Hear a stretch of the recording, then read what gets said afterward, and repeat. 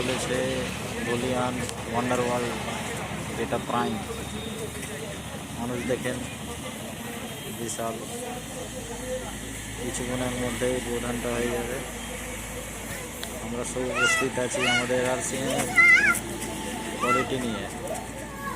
হেলসেই live সে কিছুক্ষণের মধ্যে উদ্বোধনটা হয়ে যাবে।